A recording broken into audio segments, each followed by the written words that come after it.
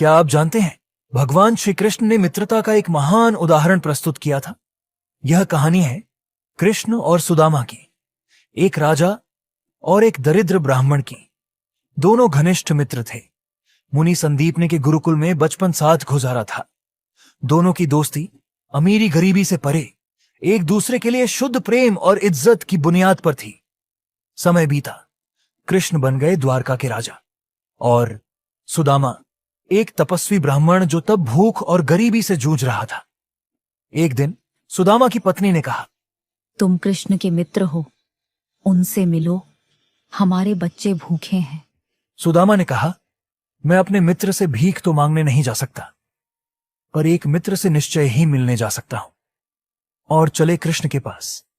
एक छोटी सी पोटली लिए जिसमें थी कृष्ण के बचपन के पसंदीदा पोहे, और इस घोर गरीबी में भी वो अपने मित्र के लिए भेंट नहीं भूले।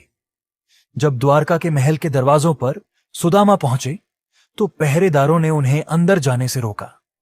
कहा, राजा कृष्ण के मित्र तुम?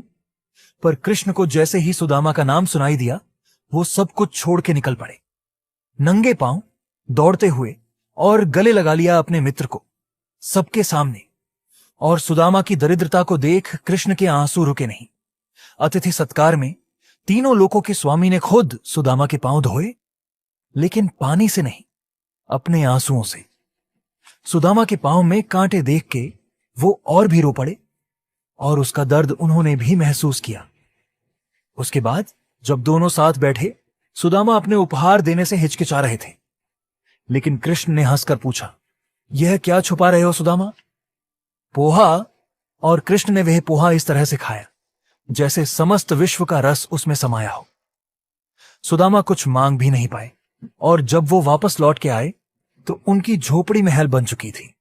उनका घर, उनका जीवन, सब कुछ रोशन हो गया था। कृष्ण ने मांगे बिना ही सब कुछ दे दिया था।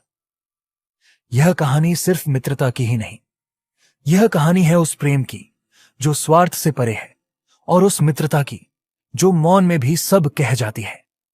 Happy friendship day.